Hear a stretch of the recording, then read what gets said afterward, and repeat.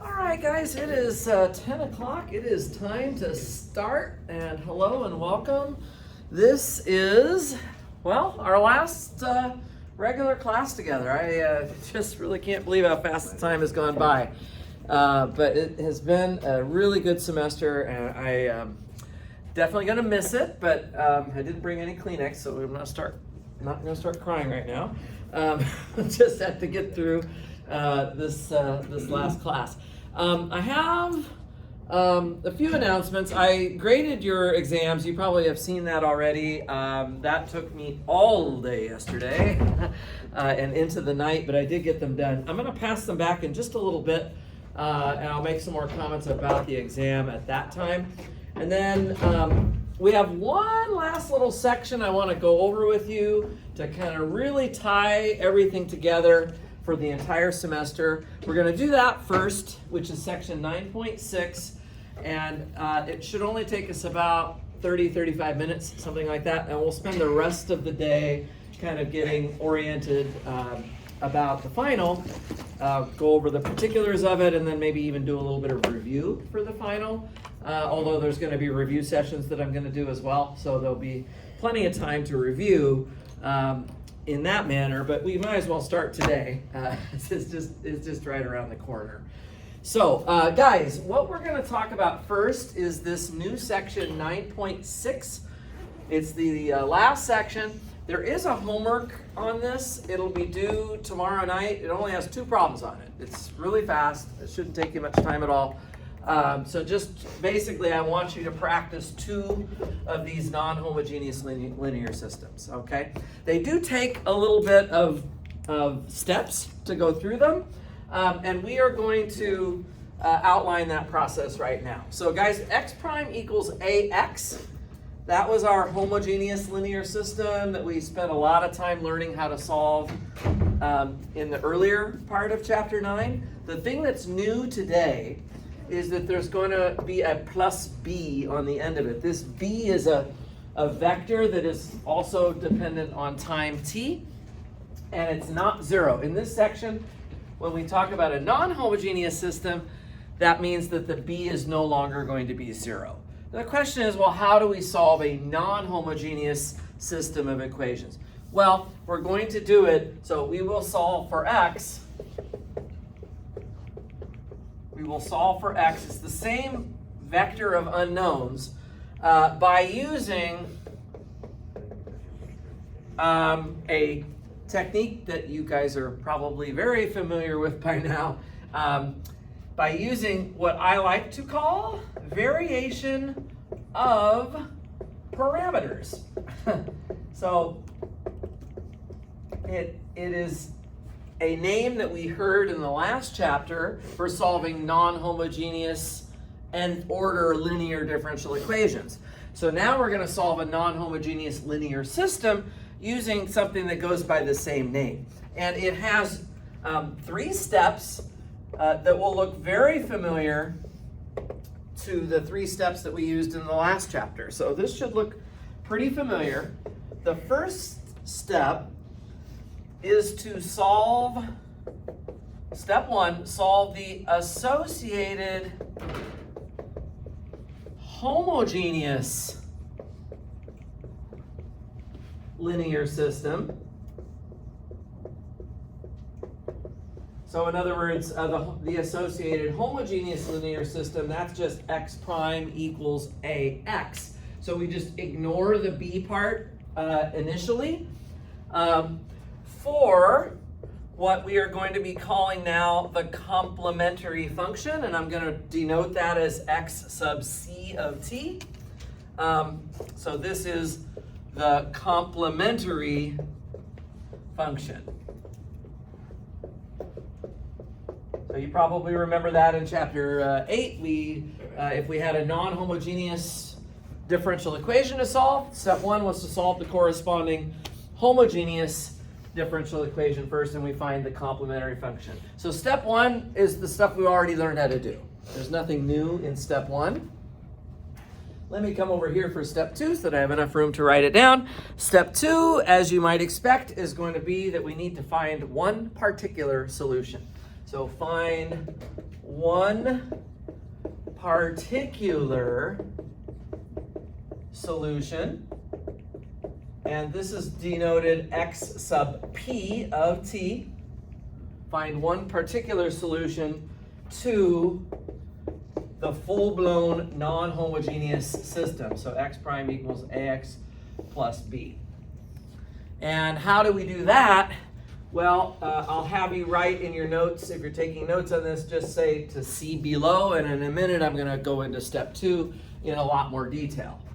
All right? And then step 3, anybody have a guess what step 3 will be? Find the general solution. Find the general solution. And does anybody have a guess what the general solution will be? Add it. Add together the two results of the 2 previous steps. Exactly. So the general solution, guys, will just be x of t equals x sub c of t plus x sub p of t. And that is totally in alignment with what we had to do on these kind of problems in the last chapter. So it's the same type of thing that we've seen before. Step 3 is really a nothing step.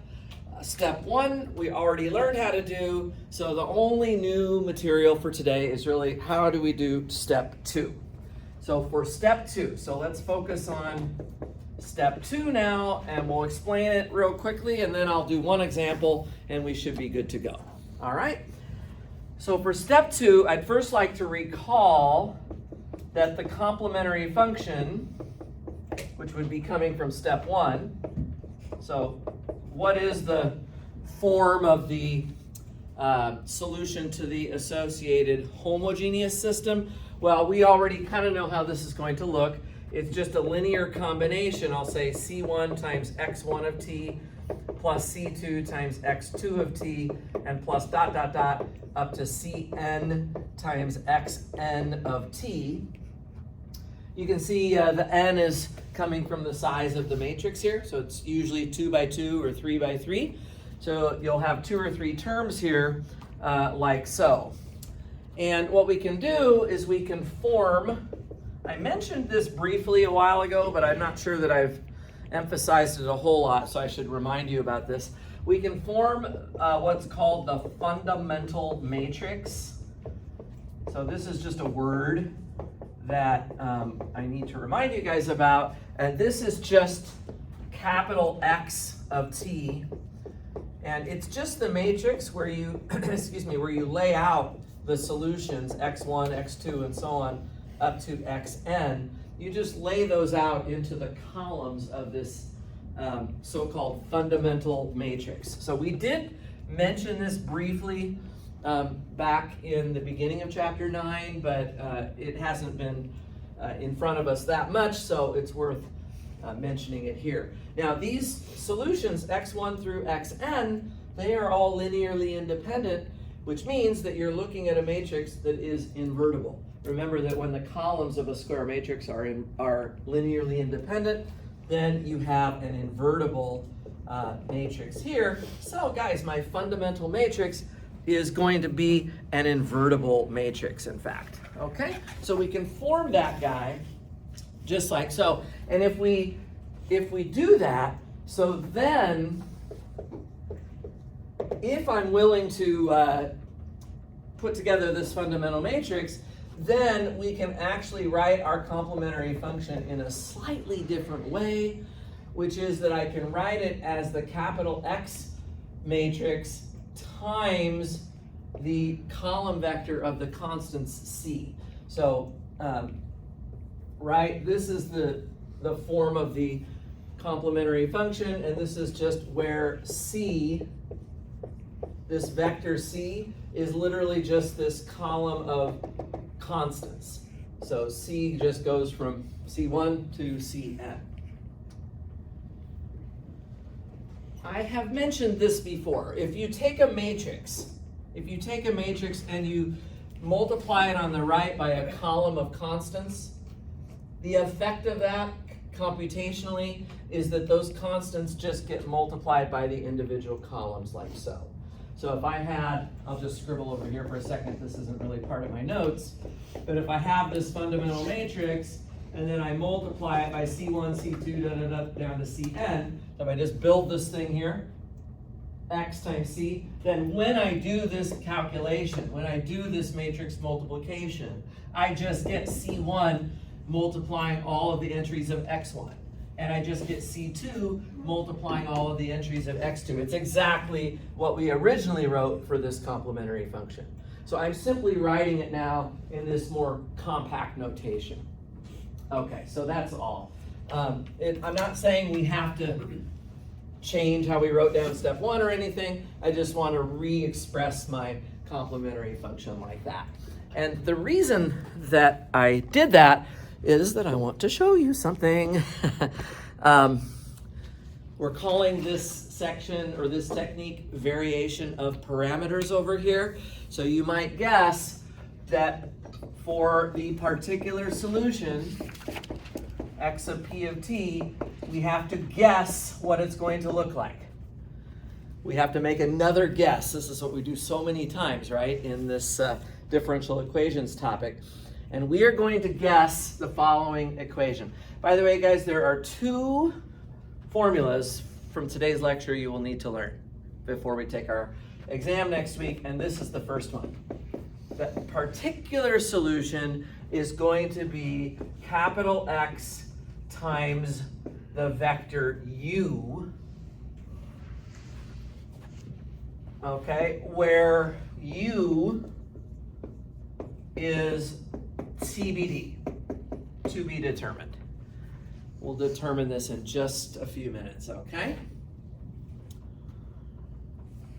This should look totally familiar, right? Back in chapter 8, you remember we had our complementary function c1 y1 plus c2 y2, and then when I wanted to write down a particular solution using variation of parameters, I changed the c1 and the c2 to u1 and u2. This is what we did. So I'm doing the same thing here. I'm changing my constants c1 through cn into these parameters u1 through un, which we have to be determined.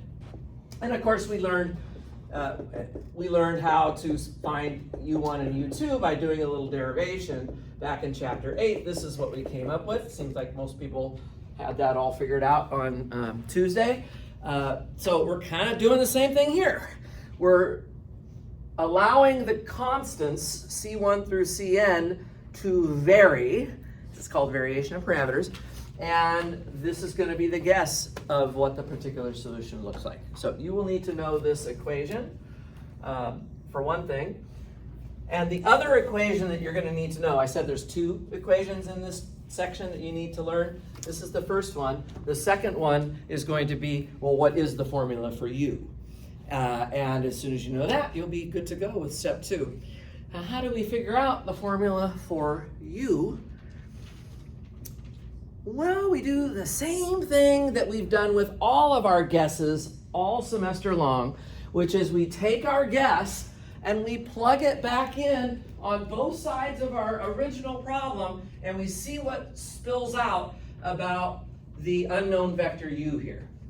That's what we're going to do. So I'm going to take this thing here, guys, and I'm going to plug this into x prime equals a times x plus b.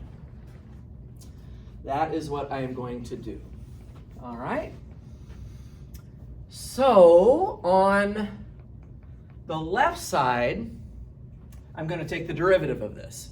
So in other words, x sub p prime, and we're going to, on the right side, we're going to just plug in x times, well, sorry, I'll just write it as x sub p for the moment. So a times x sub p plus b. Yeah. Now, on the left side, I'm taking the derivative of this thing. Well, this is a product, so I'm going to use the product rule. Yeah, so I'm going to use the product rule. So I'm going to have x times u prime plus x prime times u. If I think about the product rule on my x sub p, that's what I would get.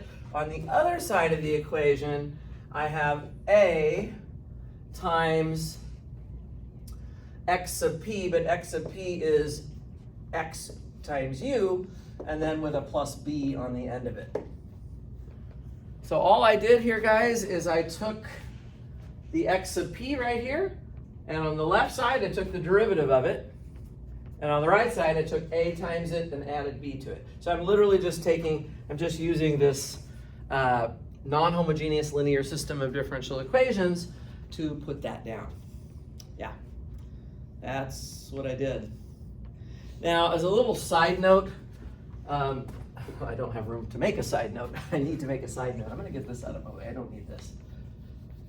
As a little side note, before I do anything more with that calculation, what I'm doing right now, guys, just to be clear, I'm trying to figure out what this u is, because that's going to be the other thing that we need to know. And I'm not just handing you the formula, I'm trying to derive it for you, because I always like people to appreciate and understand where it came from. And this one is not hard. This is not going to be, we're going to have an easy time figuring out what u is. Okay, so, but I do need one little side note here, and then it will be totally clear what to do. The side note is I would like to calculate a times x with you really quick. We see the a times x showing up in our work over here, so it would be nice to sort of know what it's equal to, and I'd just like to do a side calculation to show this to you, but it's really simple. So the x, the capital X matrix is just this fundamental matrix here. So it's just A multiplied by the fundamental matrix with all of the individual solutions.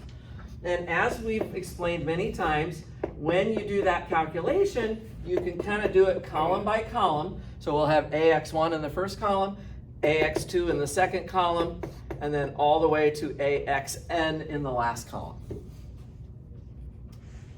Can anybody tell me what AX1 is? Just this first one.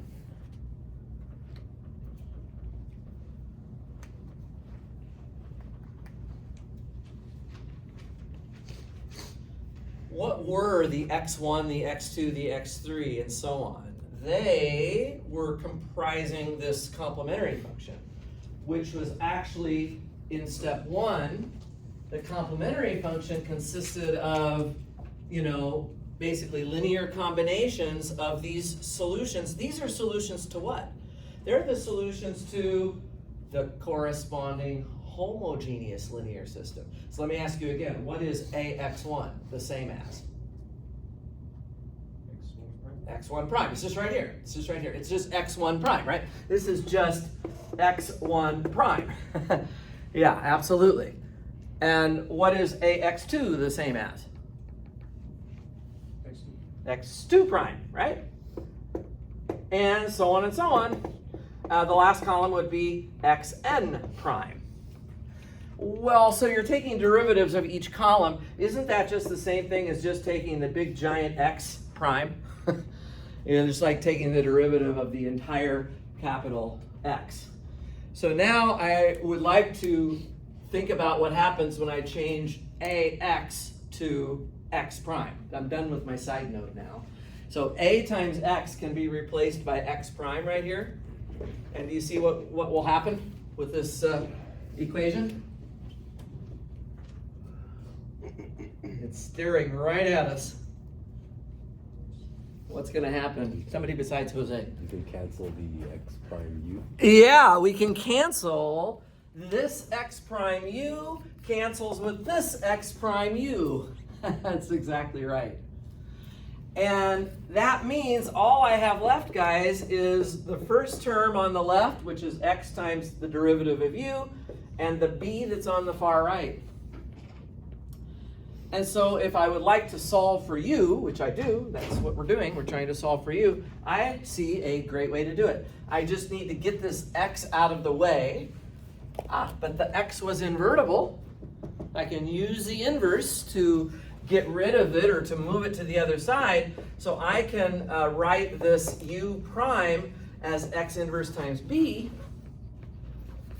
And so now, guys, I am ready to show you the second equation that we need to know to do this topic, which is to solve for u. I now just have to integrate this. So u is equal to the integral of x inverse times b. Let's put that in a thick box as well, because this is the other key ingredient for us to be able to do step 2. Okay, so that's it for the explanation. If I want to do step 2, I'm simply going to guess that it has the form capital X times u. And what is u? Well, here's how we're going to find u. And so once we've done that, we can feed it back in here. Once we've done that, we'll have our particular solution, and then we can move on to step 3. Everybody got it? That's the whole deal. All I have to do now is do an example. And then I'll feel pretty good about it, unless there's questions so far. Very last pages of notes. I didn't even bring my binder today. I'm like, I only have 3 pages to go over. I'm basically done. Just bring up a couple of pages of notes. Okay, let's do it right here. Let's do one example, and then I am gonna feel like we are in good shape. One last example. So I'll do one example. You guys will do a couple of homework problems on it. We'll do it over the review sessions, and everybody should be good to go with this, I think. So here is my example that I'm going to do. Let's find the general solution to, so it's going to be x1 prime of t equals 2x1 minus x2, and then x2 prime of t is going to equal negative x1 plus 2x2 plus 4e to the t. Plus 4e to the t. That 4e to the t here on the end of that second equation is what makes this system non-homogeneous, right? There's an extra term. Like if that wasn't there, we would just have our little 2x2 matrix here and we'd be good to go. But here we have to be a little careful. There is an extra term added onto this. So for the solution, I might start by just putting it into the matrix notation like we often do. So I'll probably just write this as x prime equals a x plus b. This is our non-homogeneous system. And let's just write down what a and b are. So the A is the matrix, which is 2 by 2 for this problem, consisting of 2 and -1, and then -1 and 2. And then the B vector is, there's no term in the first slot that is not homogeneous, but the second slot has 4e to the t on it. So it'll look like that. Make sense? All right, let's go through our 3-step process. So step one is to find the complementary function. That in turn is a whole process in itself. We have to start by finding the eigenvalues and finding the eigenvectors and doing all that jazz. I want you guys to be thinking, as we work this problem out, how much of this semester's material is used in doing just even one of these problems. So right away, I'm going to take a determinant. I'm going to be doing eigenvalues and eigenvectors. So that's a good chunk right there, right? So we'll do the determinant here of the matrix we get when we subtract lambda off of the main diagonal. So 2 minus lambda, -1, and the second row, -1, and 2 minus lambda. We can do this 2 by 2 determinant pretty easily as the standard formula. So 2 minus lambda times 2 minus lambda, and then -1. And if I FOIL that out, I'll have lambda squared minus 4 lambda plus 3. Okay, going a little quick through some of this because this is a lot of review. We set this equal to 0, as you know, and in this case, this factors very nicely for us. Lambda minus 3 times lambda minus 1. So we get our lambdas, which are 3 and 1. Okay, so that's the first thing, is just getting those lambdas. Okay, now I have to find the corresponding eigenvectors. Again, I'm going to go super fast on this. let me just make sure I'm doing this compatible with my notes. So yeah, so for lambda equals 3, now we have a null space to calculate. Yeah, so I'm going to do a little null space of the matrix I get when I subtract 3 off of the main diagonal of A. But when I subtract 3 off of the main diagonal of A, I just get a matrix of negative 1s. By the way, I'm not doing anything with the B vector yet. That doesn't come until step 2. All right, we just ignore the B vector for now. We're working on the matrix A. This is the null space we have to calculate. I'm going to cross off row 2. I'm going to make my vector immediately by using my little AB trick, and negative 1 and 1 should work nicely. Okay, so I'll just do that. My other lambda is lambda equals 1. And again, I have to find a null space for this. Just going to quickly go through it. If I subtract 1 from the main diagonal of my matrix, I'll get 1 and negative 1, and then negative 1 and 1. That's my little 2 by 2 matrix. Second row is a multiple of the first row, as expected. We'll cross it off, and we'll go straight to our vector here, which we can take as 1 and 1. All right, so I get my first solution, x1 of t up here. This is e to the 3t times the vector negative 1, 1.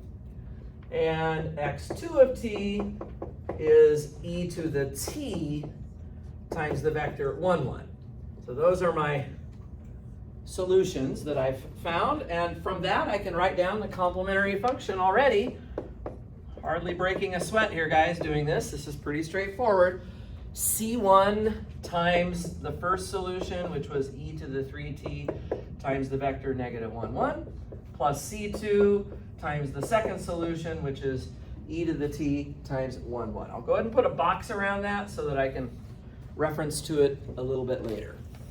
All right, that's the end of step 1.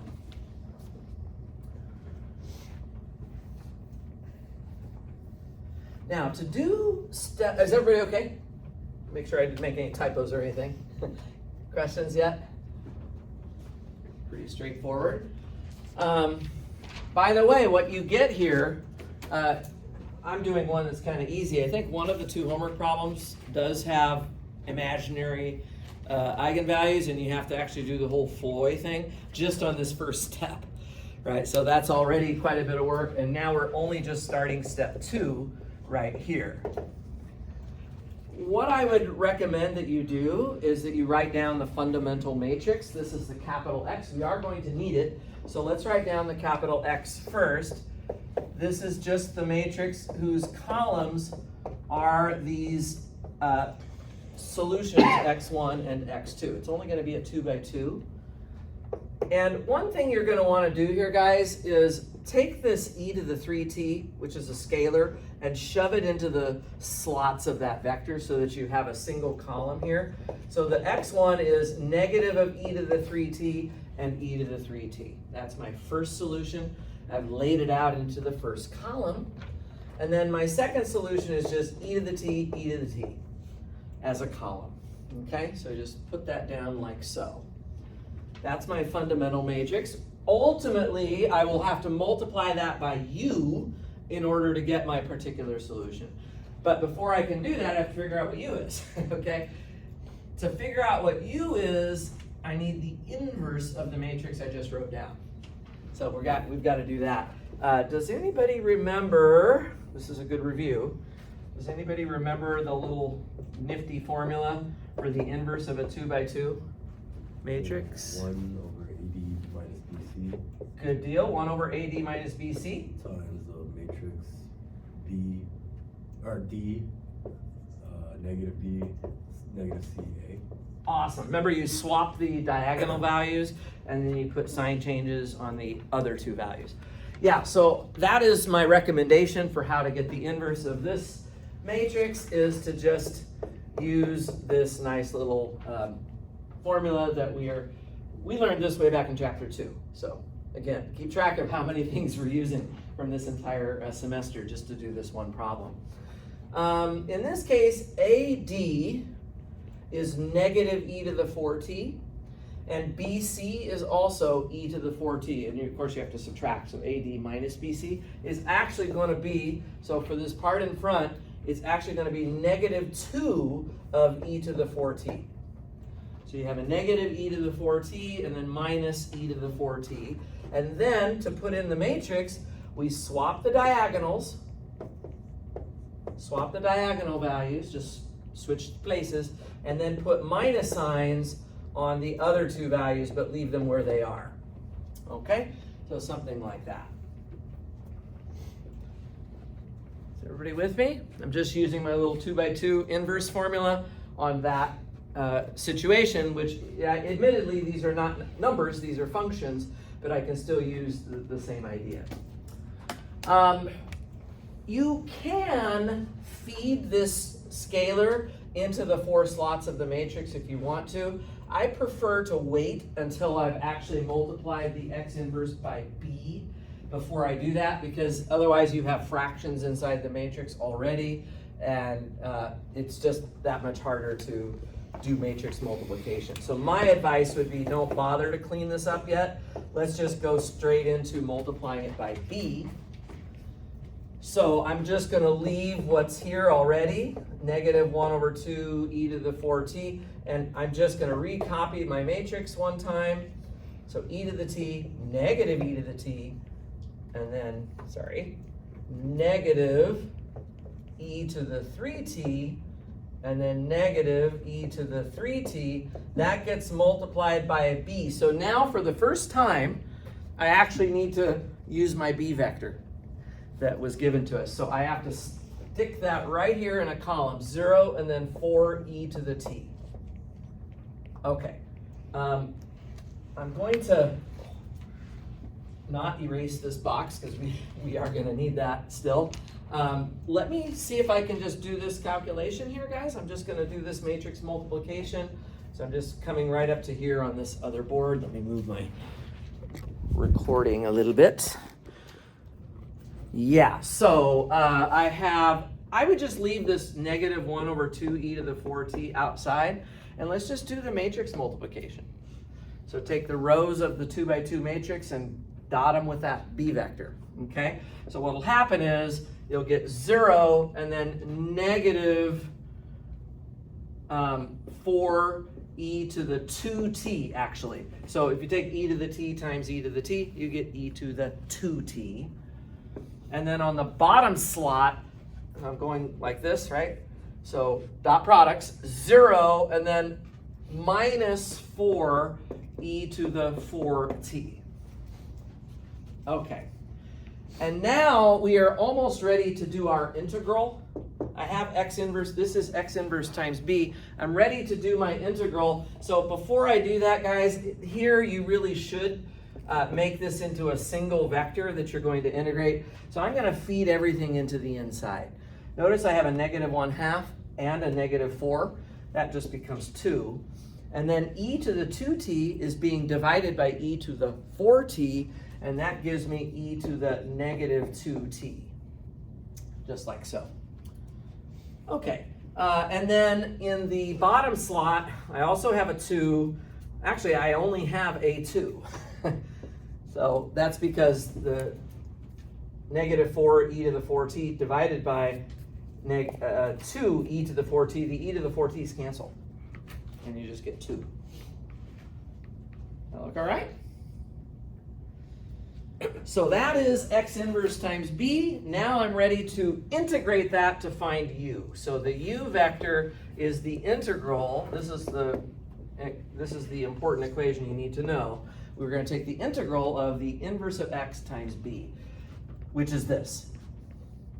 So I'm integrating this vector. If I want to write this out just so you can see what it looks like, I'm just going to be doing this integral right here. And it's a slot by slot integral.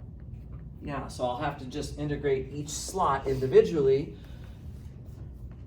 And the top slot requires a little minor u substitution. U equals negative 2t, and the derivative of that is negative 2. So I've got a minus sign that I need to put in there, but otherwise we just get the integral of e to the u is e to the u. So it becomes negative of e to the negative 2t on top. And when I integrate 2 on the bottom, I just get 2t. Now, ordinarily, your calculus teachers would be asking you to add a plus c to the end of these. But again, as we've seen sometimes in the past, for this class, we're only looking for one particular solution right now.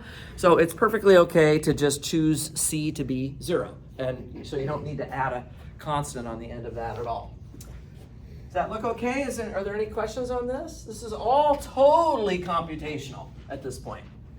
It's just calculations. That's my u vector, and I just need to now multiply the fundamental matrix times u to get the particular solution. So, thus, x sub p is equal to, I'm going to write down my fundamental matrix again. It was already written down on that other board. Negative e to the 3t, e to the t, and then e to the 3t, and e to the t. That's the fundamental matrix. And I have to multiply that by what I just wrote down for u, which is this column vector, negative e to the 2t, and then the second slot is just 2t. And one more time, I have to do a matrix multiplication here to simplify my answer.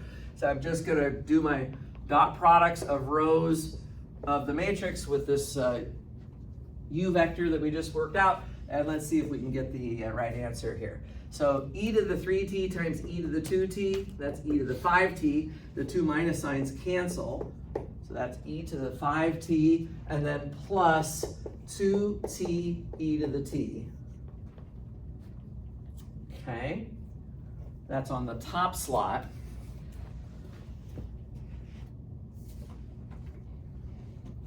I think you're missing a negative. Something is wrong. I was going to say, I've done this example enough times. Where is my mistake? The negative sign on the negative e to the negative 2t. So I copied, oh, this minus sign. Yeah. Yes, oh, thank you. I was like, I don't remember e to the 5t. Let's try this one more time, guys. I made a little sign error there, right? Let's try it one more time. So e to the 3t times e to the negative 2t is just e to the t. That looks a whole lot better. And then plus 2t e to the t. That looks a whole lot better. That's a whole lot better. So that's what should be on top. And then on the bottom slot, we do the same thing. We just do the little dot product, and we're going to get negative e to the t plus 2t e to the t. And that is exactly what I have. So that's for step 2. Everybody okay with that? And so if we're good with the particular solution, we can go to step 3. The last step, as you remember, we just have to add everything together. So x of t equals x sub c of t plus x sub p of t. As with the previous times that we had step 3 like this, if you just want to write that down, I will take it as long as I can find I probably should have a box around this. This is the particular solution. If I can find your particular solution and your complementary function, you're welcome to do that. I am going to just write it out just because I like to sometimes be able to touch and feel my answer a little bit and understand kind of what the form of it looks like.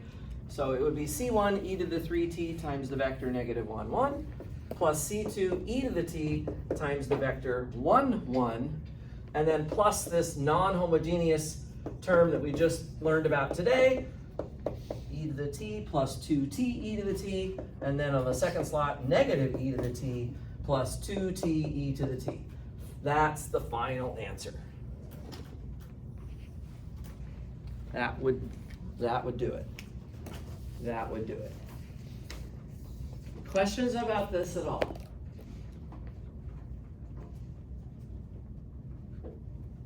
Yeah, Reed. Will these ever be 3x3?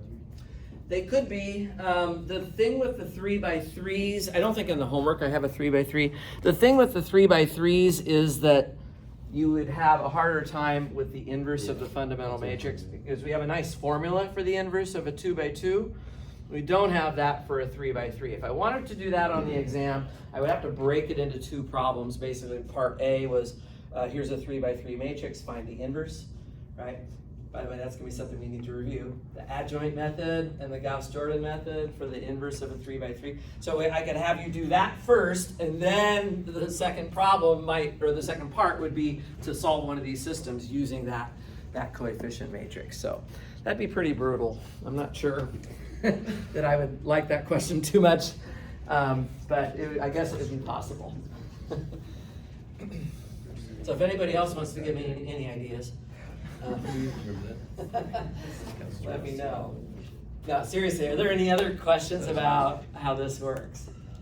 Yeah, go ahead, Jose. There's no constants right in front of the XPT. Right, the particular solution has no C's in it anywhere. It's all just totally particular. So there's a specific right answer for that. The C1 and the C2 that come from the complementary function are going to be left that way unless you have initial values. So again, if I told you what x of 0 is, you could go back and solve for C1 and C2, as we've seen in many other cases this semester as well. So, okay. So far, so good. That is, I can't believe it, that is the end of the material for Math 250B. That's it. Yeah, right. Hey, how about that? We did it. We survived. Get you guys all in a good mood before I pass back these exams. No, it is good to kind of take a breath and realize we've learned a lot. If you think about how far we've come since August, you know, I know it's daunting when you're trying to get ready to take a test on all that stuff, but as you reflect on everything you've learned, I hope over the winter break and into your future semesters, you've come a long way. You really have, from just kind of coming straight out of calculus to now having a pretty good mathematical maturity about not only differential equations, which is like an extension of calculus, but also this linear algebra that we've done. It's been pretty substantial. So yeah, I'm super stoked about that. All right. I think before I talk about the final, I am going to actually pass back your exams now. And then I'm going to make a few, I'm going to go over a couple of things. I don't normally go over the exams in class, but I would like to make a few comments about them. So I think I'll do that first. So let's just see how many of these I can give back. You know, the university makes me keep these for 3 years in my office if people don't pick this stuff up. So I'm really, at this point in the semester, I am trying desperately to find everybody to get back their papers. Oscar with a C, right? Last name is a C. That's what I thought. There you go. Do they count? Gerardo. Jordan. Samantha. Another Oscar I don't think is here. Jacobs. Cammy is here. Reed is here. Is Asil here?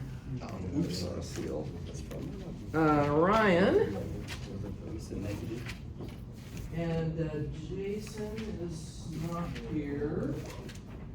Maxwell is here. Diane. Kayla. Wait, we're the extra 3. They just give us 3 extra. And Brian. And Holman. Nope. Holman's not here. Nathan. I got an 80. Daniel. Adrian. Other Ryan. I circled this. That was my original, and then I erased it and was like, okay, it is negative. I forgot to switch my circle. I didn't know Brianna. Dante. Person here. Yakov is here. Brandon. Jose. You're welcome. Jose is here. Okay, I think everybody should have their paper back now. Let me make a couple of comments here about the test. I don't even know what the average was. I've stopped even caring to look at that. Because what happens is when you've taught a class 40 times, you sort of just know what the curve is supposed to be and all that. So I don't really do anything in terms of curving. But I will tell you that there was one student who got absolutely 105 out of 105 plus all 7 points of extra credit. So the highest score was 112, which was really, really burning hot. But at the same time, the low scores was down like in the single digits, I'll just put it that way. Try not to dwell on that part too much. So there was a massive spread all up and down the spectrum. But there was a lot of people above 80%, let's say, as an example. So I felt pretty good. I actually was really happy with the results, because what usually happens in this class is people start off very high, strong, and then the vector space stuff just sort of hammers them in the middle of the semester. It's kind of abstract and different. People have a hard time with that. And then we get to the third exam, and a lot of times what happens is people are just a little tired. It's been 15 weeks or whatever, and sometimes the third exam doesn't necessarily see a lot of rebound. But you guys actually overall as a class, not everybody, but a lot of people stayed strong on the third test. If you were one that started great on the first midterm and then kind of went down a little bit on the second and third one, that is totally normal. Like, that is what happens like most of the time to most people. So you shouldn't feel bad about that, because that is just the way it tends to go. But at any rate, I did put these grades into Canvas. I was kind of looking at how things are looking. People mostly have really good homework scores, and a lot of people have a pretty reasonable grade at this point. Remember, I'm going to upweight the best part of your grade to weight count an extra 5%.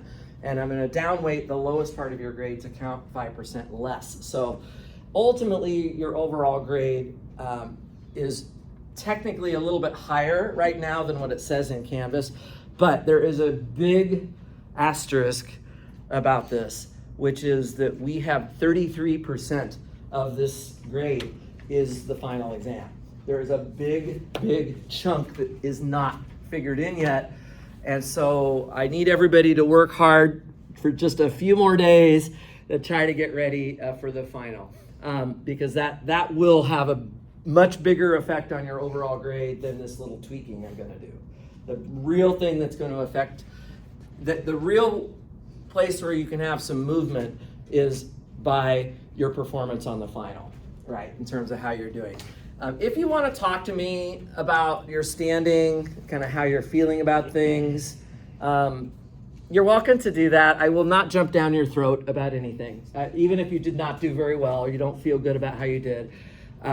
If you just want advice about sort of what should you do over these next days ahead, I know you have other finals. You have to prioritize how you're going to spend your time. I can give you my pulse on it. I have a pretty good sense of these things just because I have taught this a lot and I've seen every situation that has ever come along. So I definitely can try to give you the best advice that I can. Before I talk about the final, I did want to make a couple of comments about this midterm, specifically things that there were a lot of issues with. So let's just go through it problem by problem, and I'm not going to go through the solutions in detail, but I just want to make a couple of comments about things that did come up. The first problem was great. It was almost the same as the extra credit quiz problem, so it was more or less just another problem that involves diagonalization.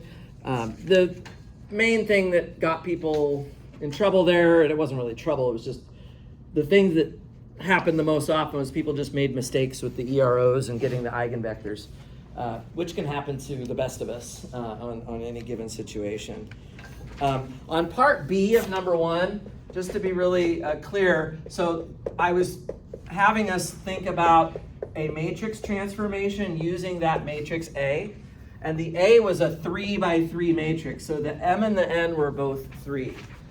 So what a lot of people did on their paper, I could see them doing this. You know, I'm asking, is it 1 to 1, on to, both, or neither? A lot of people said, oh, they're both equal to 3. That means it has to be both or neither. They crossed these off, but they didn't say a word on their paper, right? So they just have these things crossed off with no explanation. And I am almost always going to be expecting an explanation. It does not need to be long. If you just said V equals W, therefore both or neither, I would have taken that. But if it's just crossed off with no explanation behind it, then I tended to not give full points because the justification was missing. So definitely try to do that. In this case, the A was not invertible. Remember that the determinant of a matrix is the product of the lambdas, and one of the lambdas was 0.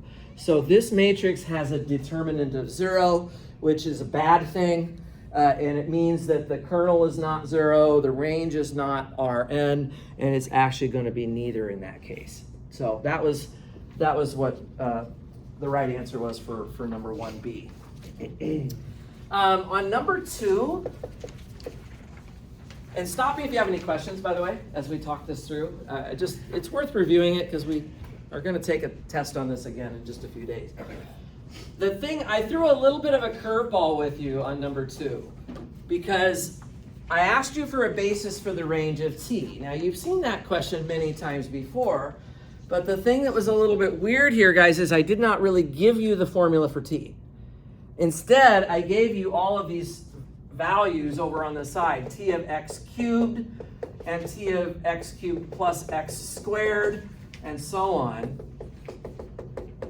And what happened was I saw a lot of people trying to take these values and solve for, oh, well, what is t of 1, what is t of x, and what is t of x squared? And you could do that, but you don't need to do that. You literally can take any basis. So this is the key thing, guys. The range of t is the span of the transformation of any basis for v. It doesn't have to be a nice one. So I gave you this, and I told you in the question, you may freely assume that this is a basis.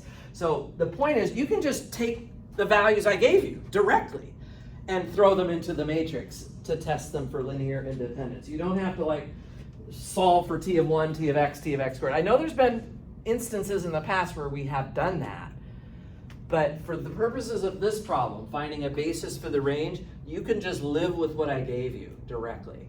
Okay, so that was a slight little trick on that one.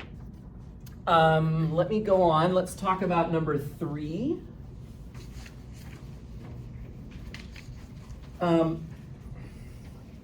So number 3 was about chapter 8, which I've always been selling as like the easiest chapter. But this problem actually did not go as well as I would have liked.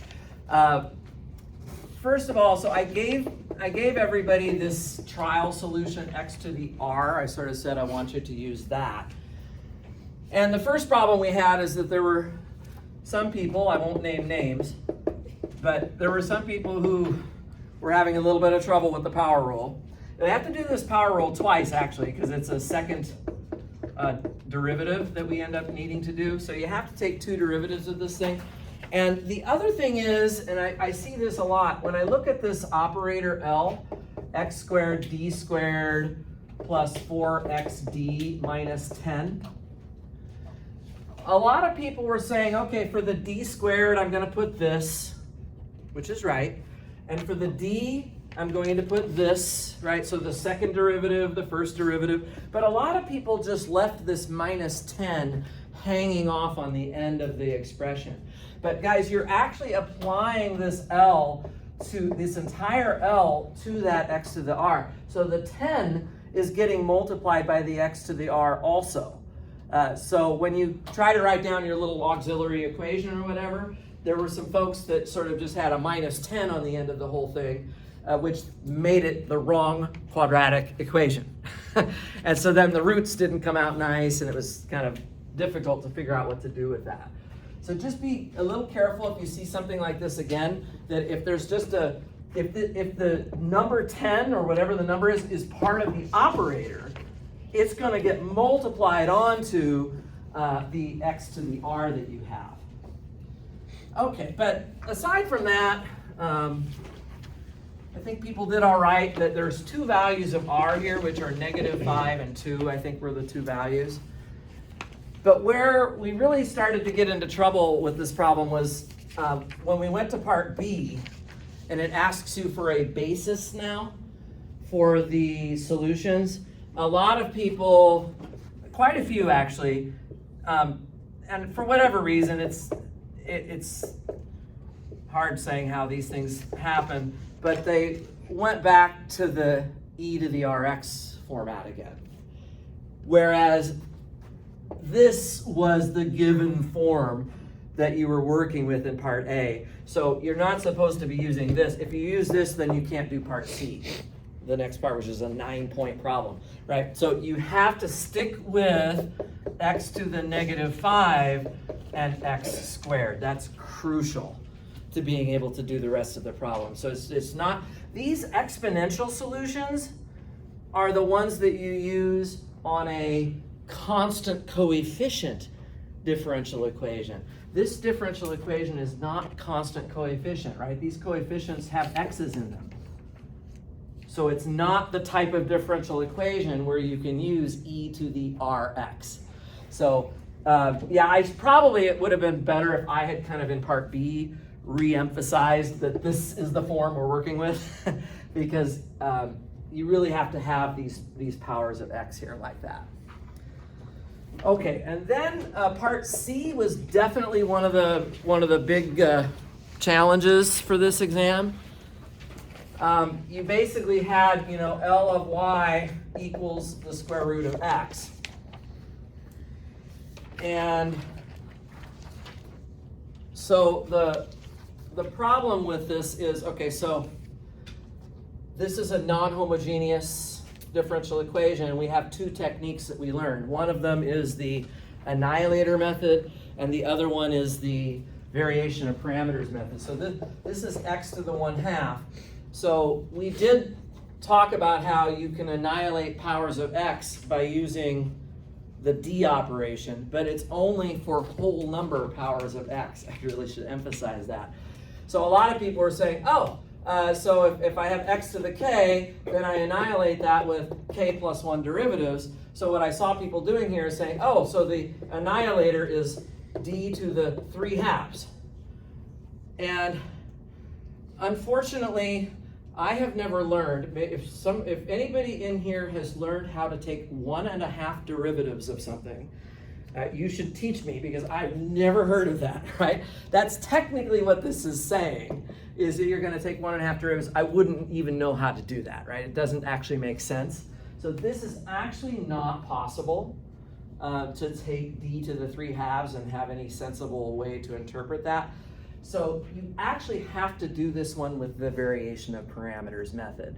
So that was the point. So this one, a lot of people were kind of already in trouble because they were trying to use the wrong method here. This one has to be done with variation of parameters. There's no other way to do that. Just because d to the 3/2 just isn't something I know how to do. 1.5 derivatives. Okay, I guess. So maybe somebody can come up with a good definition for that. Okay, number 4. Number 4 was great. 4A and B, I was really happy with. Both parts were pretty good. There were a few people who had trouble solving for the constants on part A. Didn't quite get the right numbers. But again, I didn't penalize people much for that at all. It was only a couple points or whatever. So that went fairly well. I guess on 4B, I have this d cubed minus 14d squared plus 58d. I kind of regret it a little bit. Probably my numbers here were bigger than they needed to be. You're going to turn those d's into r's, and most people did okay with this, but there were some that were just, these numbers are kind of big. So you have to use the quadratic formula to find the roots of this thing here, and they're just not the nicest roots. They're imaginary roots, and you have to take b squared minus 4ac. So without a calculator, I could have made it a little bit nicer, I suppose.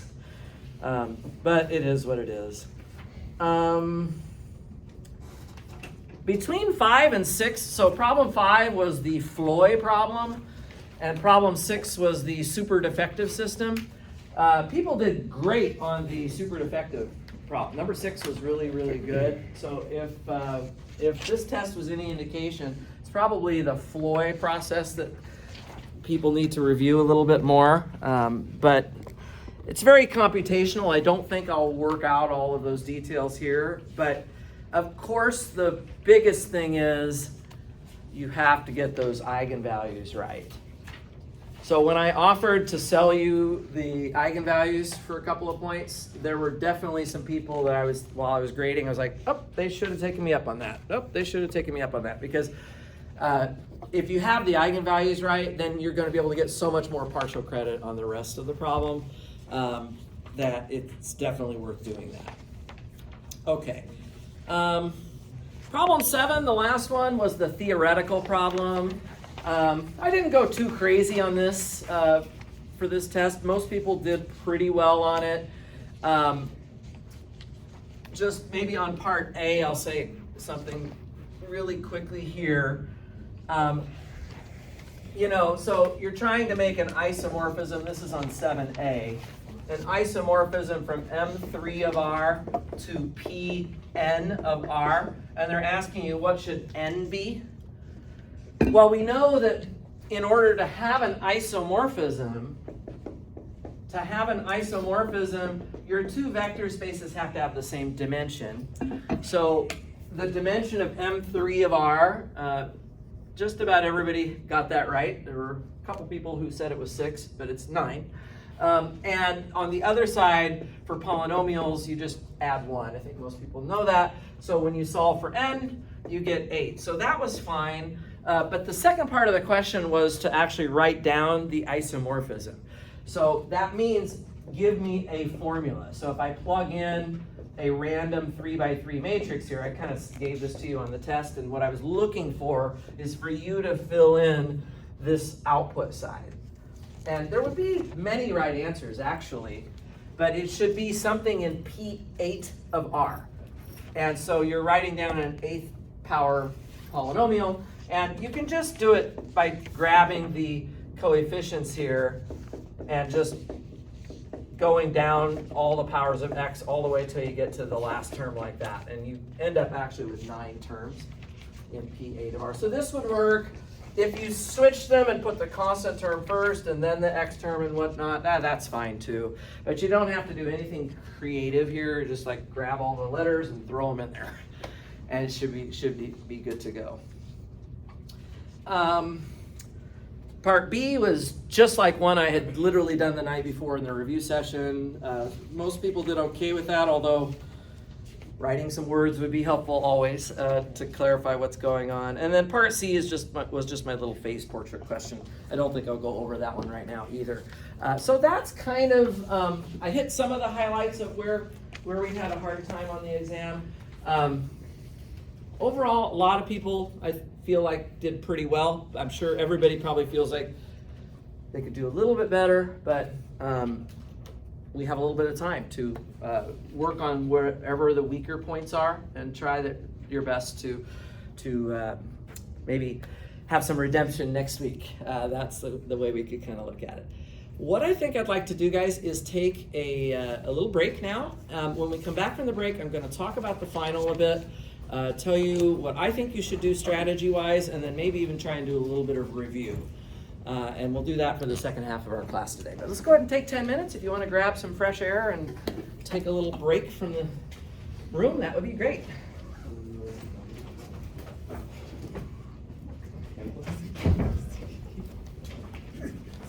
I'm good. Bro, you never want to come in. This last thing. I don't want to. Yeah, There's you guys candy. can The answer is something. He did say, I don't know. he's taking care of that. Your bank issues? Oh, yeah, I'm not too sure about that. Okay. Yeah. Professor, can I ask a question? Yes. About one of your questions? Question about a question. What's this one? Was that the basis? No, Okay. no. What it would be, the basis is actually the first three of these. So matrix and then, Right, you needed to put it into a matrix and do some EROs. okay. Yeah, the scalar multiples thing. This was nice though. Oh yeah, I always do that. The scalar multiples thing doesn't work unless there's only two vectors. So in this case, we have 4 vectors, so you couldn't. So it was neither? It should have been neither because the kernel was actually one dimensional. Well, better way to say it, if the basis was 3-dimensional, so then your range Yeah. is only 3-dimensional, So your so the kernel kernel has has to be 1-dimensional. Not zero. It's not 0, so And then- it's actually not 1-to-1. It's actually neither. Damn, I got a lucky yes on that. Did you? Yeah. Did I give you credit for that? You I gave me usually, credit, but I I didn't usually have don't give people credit for lucky guesses unless there was some reason written down or something written down. I won't take off the phone. I don't know why, but On this one? it was this one. Oh, well, I did take off, see, because your work wasn't, like, how do you know that kernel was not 0? Yeah, yeah. That was that's where the biggest part of the work is. Goodness, you gave me the credit for it. If you said it somewhere on your paper, it probably would. At least Or, with the Dino question, right? I think I just messed up on one value. That was what you said. It was just this question. I missed one point. Other than that, everything. I should have kept doing my. Those are one song? material. Yeah. I didn't realize. Jordan? Yeah, what's up?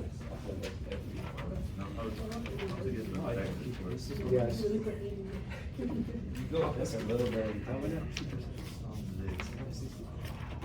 So then you're gonna cross. So then all I'm left with is this, right? And because C is. Because you're gonna have 1 times C. So it's really just coefficients. Dynamic, you really help.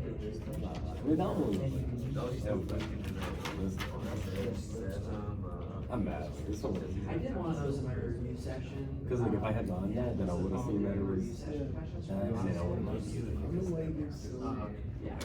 Okay, sure thing. That's where I was.